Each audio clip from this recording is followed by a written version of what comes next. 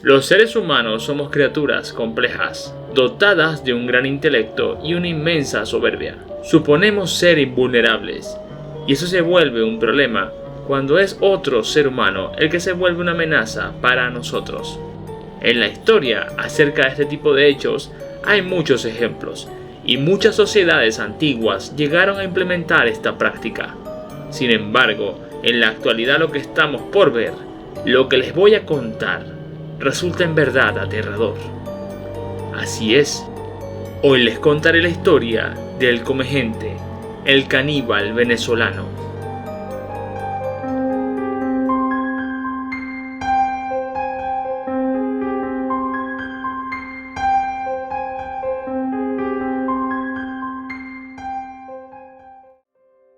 El caníbal venezolano ciertamente es uno de esos temas sumamente complicados de abordar y que también guarda muchos misterios que aún la población no conoce en su totalidad. Ciertamente es un hecho que conmocionó en su momento a la población venezolana.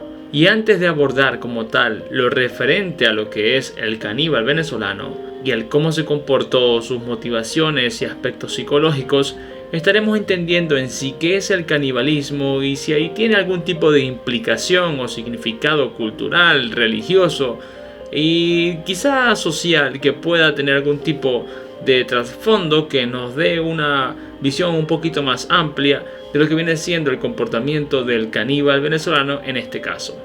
Ahora bien, ¿qué es el canibalismo? El canibalismo, según se entiende, es una práctica o es la práctica de consumir la carne de individuos de la misma especie.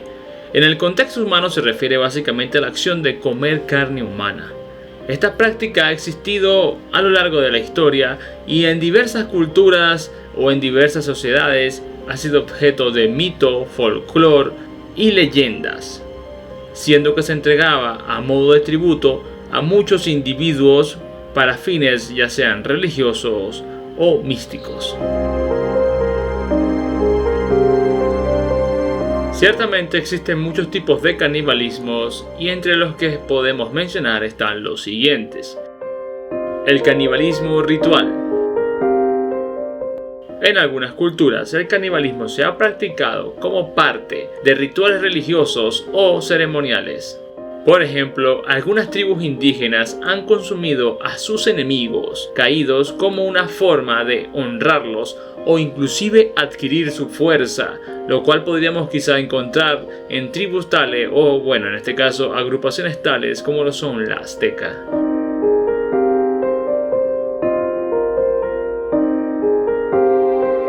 También podemos encontrar lo que viene siendo el canibalismo por supervivencia. En situaciones extremas como son desastres naturales, ha habido casos documentados de personas que han recurrido al canibalismo para sobrevivir.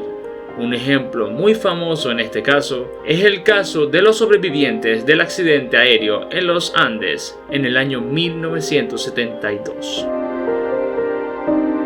Ahora, en este caso tenemos lo que viene siendo el canibalismo criminal. Este tipo de canibalismo se relaciona un poco más con quizá lo que viene siendo el caníbal venezolano, ya que se refiere a los actos que se pueden llevar a cabo dentro de lo que son homicidios o crímenes que impliquen asesinatos o en este caso víctimas, los cuales son básicamente consumidos por los responsables del delito. Ya que este tipo de casos son muy extraños o particulares, se les suele relacionar mucho con lo que son trastornos mentales o comportamientos extremos que quizá rehúsan o rechazan dinámicas habituales o convencionales de sana convivencia o comportamientos en sociedad. Ahora bien, estaremos abordando a continuación lo que son los aspectos culturales del canibalismo, incluyendo aspectos tales como son los mitos y leyendas que lo rodean. Ok, entre los mitos y leyendas tenemos lo siguiente. En tal sentido, muchas culturas a lo largo de lo que viene siendo la historia han tenido relatos o de alguna forma cuentos que se han transmitido de generación en generación que guardan relación con la práctica caníbal y en este caso muchas de estas culturas siempre han condenado lo que viene siendo este tipo de comportamientos.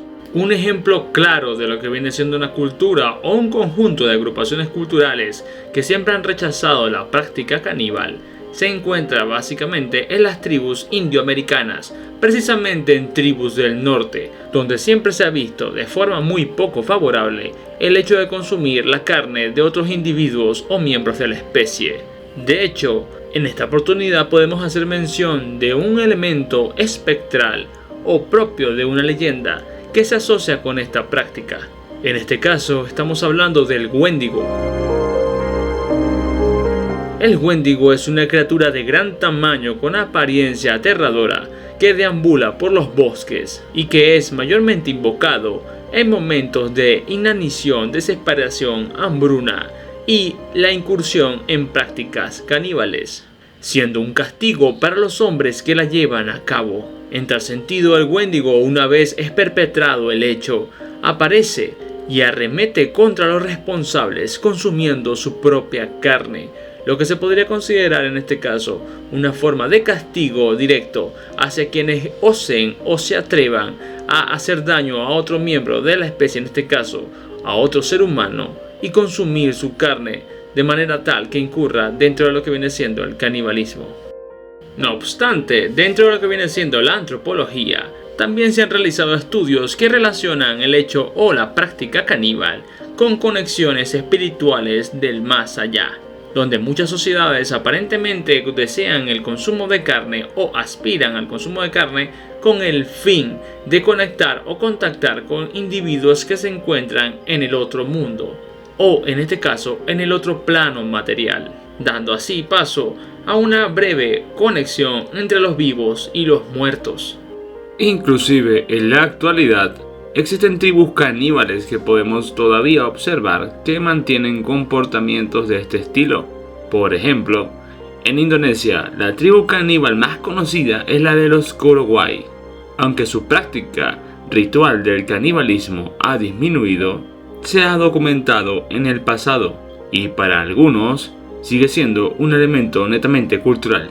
Esta agrupación es conocida por vivir en los árboles, con construcciones sobre plataformas que les permite protegerse de animales y de depredadores, al igual que de la lluvia y otros elementos netamente ambientales. Y algunos de sus rituales implicaban la ingestión de partes del cuerpo de personas que ya habrían fallecido o de sus enemigos, por lo que pueden ver que este tipo de comportamientos se mantienen en muchas sociedades e inclusive se pueden ver en la actualidad. Ahora bien, dentro de lo que vienen siendo los aspectos legales o éticos de este tipo de comportamientos en lo que viene siendo la sociedad, se podría decir lo siguiente. En la mayoría de sociedades modernas, el canibalismo es netamente ilegal y considerado un tabú moral. Las leyes varían en el país, pero generalmente se asocia con homicidio y otro delito grave. El canibalismo plantea cuestiones éticas de la dignidad humana, el respeto por los muertos y la salud pública, por el riesgo de transmisiones de enfermedades extrañas o que puede generar algún tipo de trastorno o alteración en el organismo. Ahora bien, ya con una visión más ampliada de lo que viene siendo el canibalismo en algunos aspectos propios de la vida humana, incluyendo los aspectos legales, donde ya es evidente que este tipo de acciones no van de la mano con los aspectos legales, ni mucho menos con las normas de convivencia dentro de la sociedad, hablaremos del asunto que nos reúne, en este caso, el caníbal venezolano.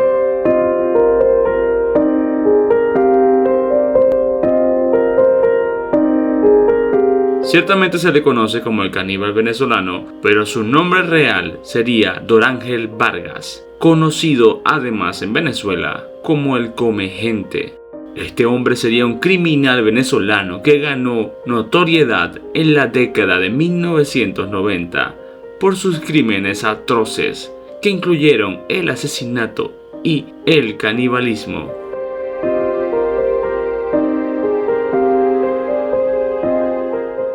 Nació en 1960 en el estado Miranda, Venezuela. Su caso es uno de los más impactantes de la historia del crimen en el país. Vargas fue arrestado en el año 1999 y se le atribuyeron múltiples asesinatos. Se dice que su modus operandi consistía en atraer a sus víctimas a menudo personas en situación de vulnerabilidad, y luego asesinarlas, lo que lo hizo particularmente infame, siendo que además fue parte de su alegación el hecho de haber consumido partes del cuerpo de sus víctimas, lo que le valió el apodo de El Comegente.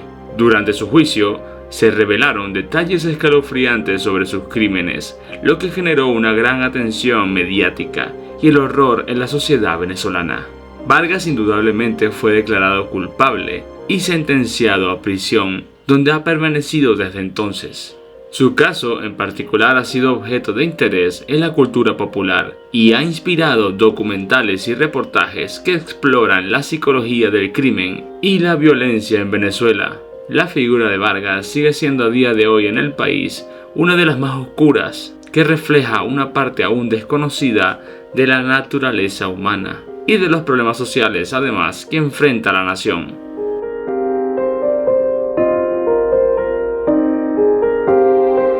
Ahora bien, hablemos del arresto y de cómo se dio la situación en general. El 12 de febrero de 1999, unos miembros de Defensa Civil encontraron los restos de dos jóvenes y alertaron a las fuerzas de seguridad sobre su hallazgo. Ahondando en la zona, se encontraron los restos de 6 cuerpos más. Una vez descartada la hipótesis de que pudiera tratarse de una zona de liberación de cadáveres de alguna banda o narcotraficantes, se recurrió a las denuncias de personas desaparecidas. Y sin lugar a dudas se sospechó de inmediato de Vargas, que vivía en una choza improvisada próxima a la zona. Después de que esta fuera inspeccionada por la policía, se encontraron varios recipientes que contenían carne humana y vísceras preparadas para el consumo, así como también 3 cabezas humanas y varios pies y manos. Una vez capturado, confesó haber matado y comido al menos a 10 varones en un periodo de 2 años desde su arresto en 1999. Poco tiempo después, Dorángel Vargas, quien habría sido ya retenido por las fuerzas de seguridad, habría sido diagnosticado con esquizofrenia paranoide, por lo que ante la ley venezolana, el sujeto sería imputable.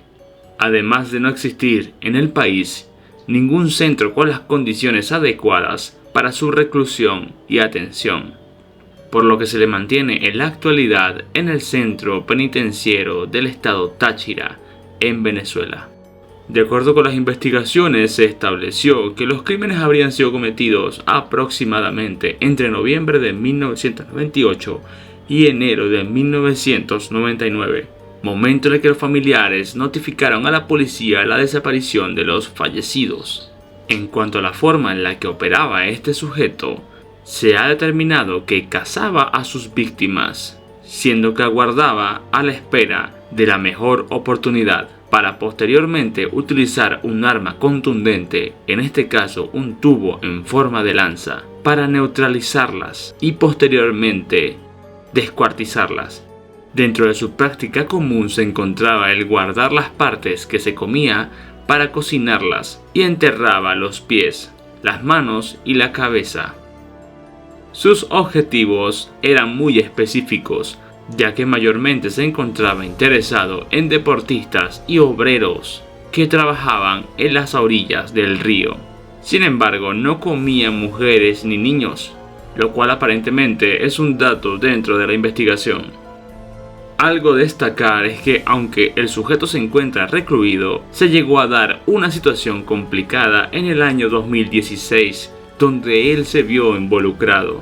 Según se entiende, participó de lo que vendría siendo un motín carcelario, en el que mató a 2 sujetos y aparentemente entregó restos de algunos otros reclusos que quizá habría canibalizado, siendo que por ende sus acciones y sus prácticas particulares no habrían cesado a pesar de encontrarse encarcelado, lo cual nos devuelve al hecho de que el país, sin lugar a duda, no cuenta con las condiciones adecuadas para abordar a este sujeto, que aún dentro de lo que viene siendo la reclusión, persiste en el consumo de algunos miembros del propio recinto.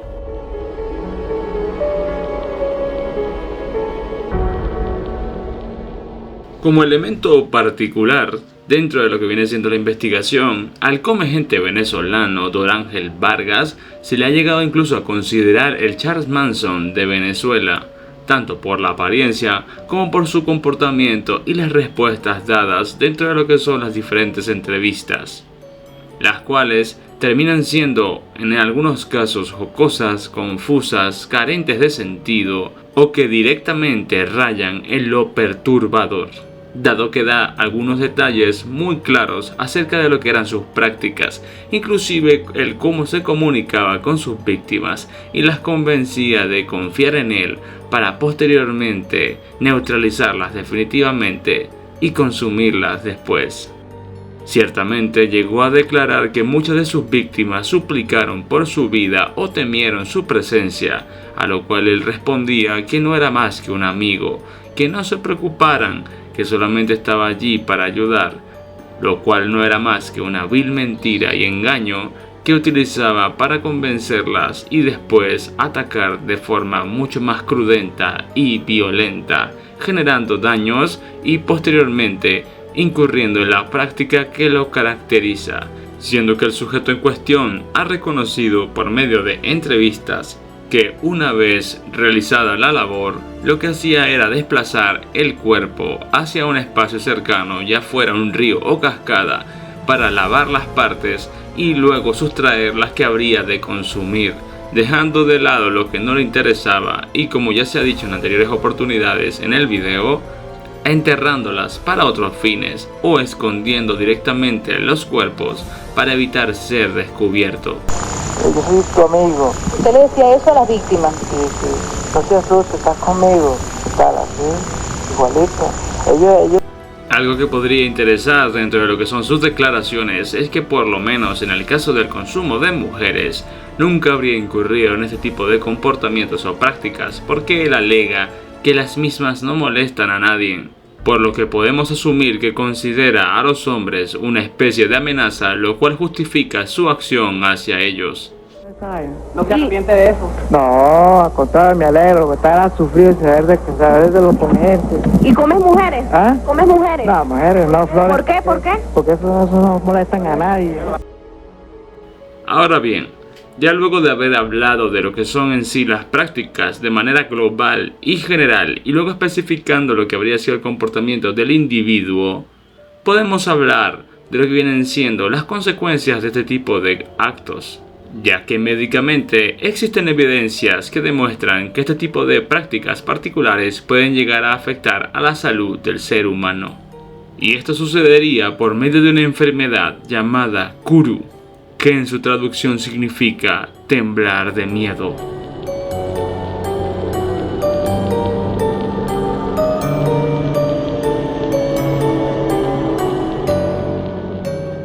La misma es una enfermedad neurodegenerativa e infecciosa causada por un prión, lo cual es una partícula formada por una proteína alterada del tejido cerebral.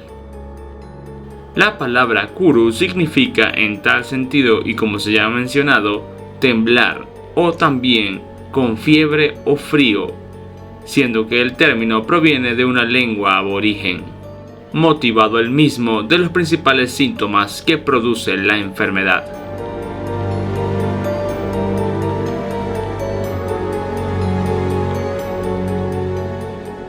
Este padecimiento fue inicialmente descrito a comienzos del siglo XX en Nueva Guinea y comenzó a investigarse de manera científica en la década de los 50. El desarrollo de la enfermedad aparentemente es sumamente lento y el periodo de incubación puede durar hasta 30 años. Una vez que se manifiestan los síntomas, el resultado es letal y los pacientes fallecen en un plazo máximo de un año. Sin embargo, el desarrollo normal de la enfermedad suele tomar solo entre 3 y 6 meses, falleciendo la inmensa mayoría de los pacientes en el curso del tercer mes. Al inicio de las investigaciones, se pensó que era una enfermedad hereditaria, ya que afectaba principalmente a los miembros de una tribu en Nueva Guinea. Sin embargo, tras las investigaciones, se demostró que en realidad estaba causada por un prión, transmitido por la ingestión de tejido cerebral de personas difuntas, siendo que el consumo de las mismas tenía como intención adquirir su sabiduría, y este se realizaba durante los ritos funerarios.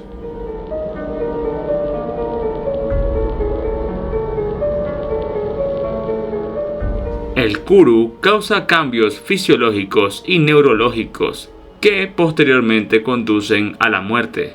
Se caracteriza por la ataxia cerebral progresiva o la pérdida de condiciones y el control de los músculos.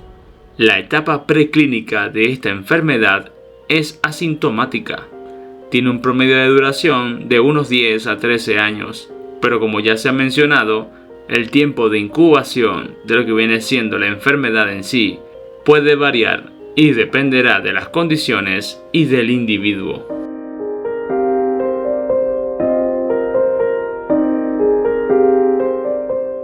Esta enfermedad cuenta con una serie de fases muy particulares que están descritas de la siguiente manera. Fase 1. El individuo presenta una postura inestable, además de temblores, problemas de coordinación y dificultad en pronunciar palabras. A esta fase se le denomina también la fase ambulante, ya que el individuo aún puede deambular o caminar. Fase 2. Comienza cuando el individuo ya no puede caminar sin apoyo, sufre ataxia y temblores severos. Además, el individuo exhibirá episodios maníacos de risa que no podrá controlar y otros momentos de inestabilidad emocional y depresión. Fase 3. Esta vendría siendo la última fase y los síntomas del individuo progresan al punto de que no podrá sentarse sin apoyo. Surgen nuevos síntomas como lo que viene siendo la dificultad para tragar, lo que puede conducir a una desnutrición severa. Puede también perder la habilidad o el deseo de hablar y la capacidad de generar respuestas al ambiente, aunque mantenga su conciencia. Durante la última etapa de esta fase, los pacientes comúnmente desarrollan úlceras crónicas que se infectan con facilidad. Una persona infectada usualmente muere los primeros 3 meses o 2 años después de su primera fase. Suele ocurrir por neumonía o una infección, dado que el organismo se encuentra afectado de diferentes maneras, siendo de esta forma que finalmente la enfermedad concluye su proceso y conlleva a la muerte de manera irremediable. Un elemento curioso que se puede mencionar en relación al principal motivo o causante de esta enfermedad, que son los priones, es que en la actualidad son un elemento de estudio que aparentemente genera mucha conmoción al igual que mucho temor. Esto debido a que pueden significar una potencial amenaza no solo para algunos miembros de algunas agrupaciones humanas, sino para toda la humanidad. Sin embargo, este tema es otro ajeno y aparte al que se está discutiendo en este momento, pero les invito a investigar al respecto.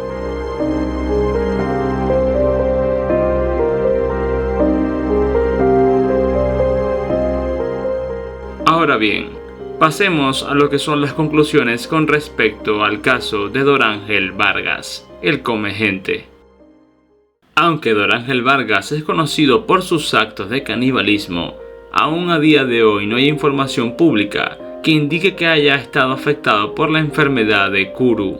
Esta enfermedad tiene un periodo de incubación prolongado por lo que ya hemos visto, y es muy poco probable que se exprese o se manifieste de manera clara y abierta en los primeros años de incubación. De igual forma, es importante recordar que Kuru es una enfermedad muy específica y rara, y no todos los actos de canibalismo conducen a su transmisión, siendo que sin evidencia médica que lo respalde, es complicado determinar si el sujeto padece o no de la enfermedad, aunque en caso de ser así, se podría evaluar y diagnosticar por medio de algunos elementos como ya se han mencionado, en este caso la imposibilidad de hablar, las complicaciones al momento de tragar, los temblores prolongados y otros tantos elementos referentes al control, ya sea corporal, físico, muscular. No obstante, es bien sabido que el sujeto evidentemente presenta una situación de salud mental complicada, y la ambigüedad de sus respuestas en algunas oportunidades, al igual del hecho de encontrarse en algunos casos disociados o incapaz de responder con claridad ante alguna que otra consulta, podría denotar algún tipo de situación que podría ser ya sea estudiado como evaluado. En conclusión, ciertamente lo que ha hecho el sujeto en particular del que se ha discutido en el presente video ha sido una serie de actos lamentables y atroces que podrían perturbar la paz y la tranquilidad de muchos ciudadanos de dicho país, con el único consuelo de que el sujeto aún se encuentra privado de su libertad debido a sus crímenes, siendo un caso sumamente enigmático y repleto de situaciones interesantes que dan paso a la intriga y la curiosidad.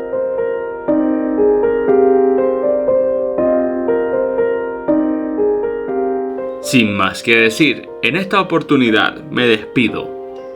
Espero les gustara el video. Ha sido Arcano. Nos vemos en la próxima.